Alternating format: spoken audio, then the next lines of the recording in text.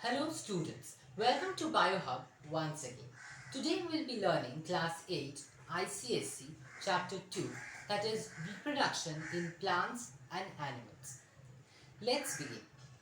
Now first of all, if I ask you, what do you mean by reproduction? Reproduction is an essential process for all living organisms, or you can say it is a characteristic process by which we can distinguish between a living organism and a non-living organism. Because table, chairs, bed, sofa, which are non-living organisms, do not reproduce. Now, reproduction is the process by which an organism produces a new individual. Reproduction can be of two types.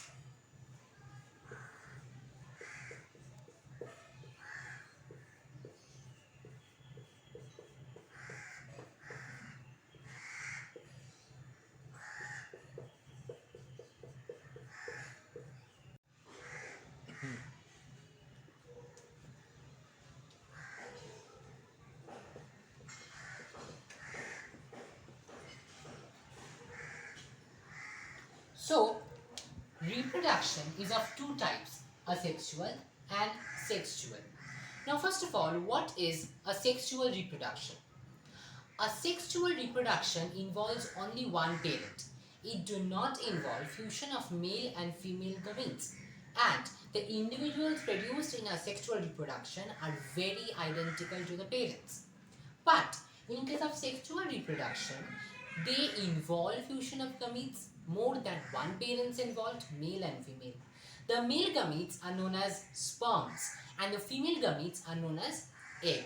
Now when the sperm and the egg fuse, they produce zygote, and that is the first unicellular organism which is formed, and that further develops into a new organism. So mainly this is the difference between asexual and sexual reproduction and the main definition of asexual and sexual reproduction. And in sexual reproduction, the children which are produced are totally different in their looks from their parents. Now, in case of asexual reproduction, there are three types. First of all, fragmentation. Second, spore formation. Third, vegetative propagation. Now, what is fragmentation? Fragmentation is a process by which the organism is divided into fragments.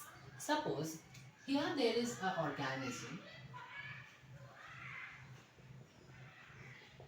and this is getting divided into two fragments, and these two are the new individuals or the children which are getting matured into a new organism. So this is the process of fragmentation, which is mainly you can see in Spirogyra. Spirogyra is a filamentous algae. Algae also this performs fragmentation if it gets favorable conditions. Now, what is spore formation? Spore formation you will see in bread molds where they produce spores, where they produce or they develop oval round structures which are called spore sacs. Okay, what? Spore sacs. Now these spore sacs have cytoplasm in them. The cytoplasm gets divided and produce spores which are unicellular structures.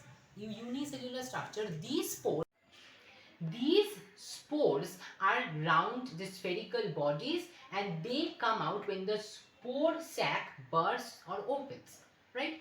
And then the spore develops a thick wall around it to stay or to resist in unfavorable conditions or the conditions which are very hectic. Next is vegetative propagation. Now what is vegetative propagation? It is a process by which reproduction occurs through a vegetative part of the plant. Suppose it can be stem, it can be root, it can be leaf. Okay.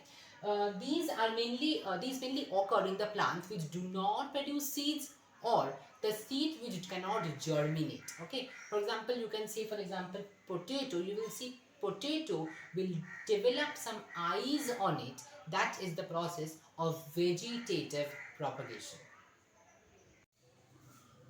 Okay, now see, asexual reproduction. Asexual reproduction can be done in two types, natural as well as artificial. Natural ways, from where is the way in which it grows from stems, leaves, roots. Stems can be underground stem or aerial stem. Underground stem is just potato. Potato has tuber. Okay, potato, when you see, if you keep it for some day, you will see tuber which has eyes on it. So potato has eyes, and those eyes has buds. Those buds give rise to new plants. In case of aerial stem, oxalis, you will see that the stem which is there, the stem in the just below the plant is growing parallel to the ground, and that type of stem is called the runner.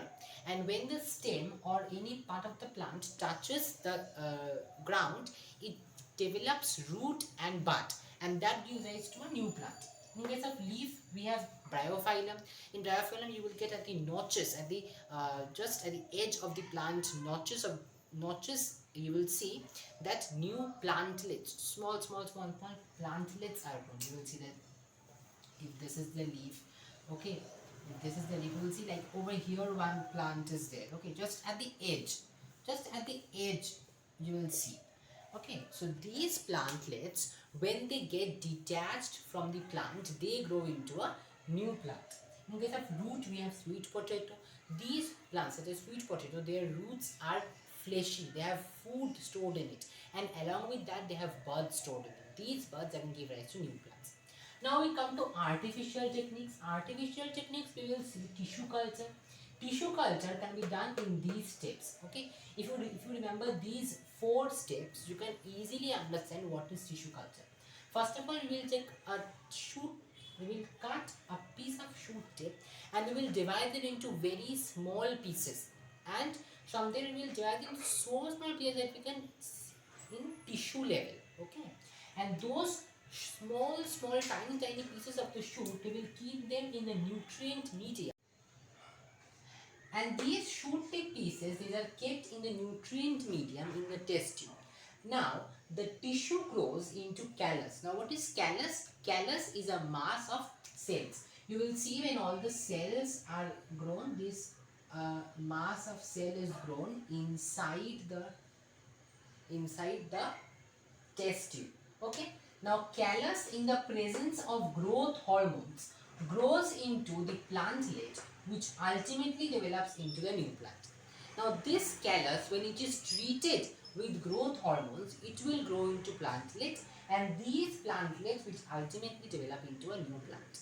Okay, now I think this is clear. That is, what is asexual reproduction, how many types of asexual reproduction are there, and natural and artificial, what are they? Okay.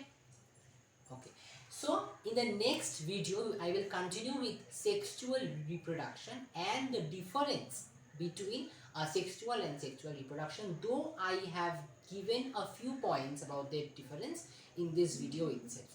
So till then, take care, stay safe. Thank you for watching the video.